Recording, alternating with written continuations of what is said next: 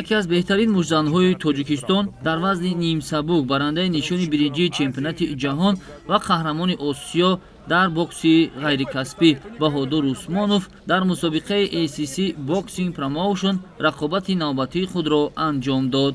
Рақиби боксчии тоҷик Артем Пугач аз Федератсияи Русия маҳсуб мешуд. Мусобиқаи навбатии RCC Boxing дар шаҳри Екатеринбурги Федератсияи Русия баргузор шуд, ки дар он дар баробари Баҳодур ҳамзамон як қатор сабқатҳои дигар низ сурат гирифтанд. Бояд бигӯем, ки Артем Пугач дар корномаи варзишии худ 8 набард анҷом дода 2 пирӯзӣ, 4 бохт ва 2 натиҷаи мусовиро ба қайд гирифтааст. Дар бокси ҳирфаӣ Баҳодур Усмонов варзишгари шикастнопазир маҳсуб мешавад. Рақобат миёни Баҳодур Усмонов ва Артем Пугач сахту сангин сурат гирифта, ҳарду варзишгар дар ҷараёни қуввозмоӣ зарбаҳои обдорро ба рӯи ҳамдигар мерасониданд ва дар ниҳоят бо қарори якдилонаи доварон варзишгари Тоҷикистон дар ин набард дастболо гардид. Баҳодур Усмонов талош дорад, то дар рақобатҳои интихобӣ барои роҳ ёфтан ба бозиҳои олимпӣ иштирок биварзад ва ин набард яке аз марҳилаҳои омодагии Усмонов ба мусобиқаҳои интихобӣ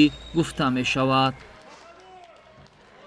Баҳодур Усмонов, естественно, побеждает 6-0 при 2 нокаутах.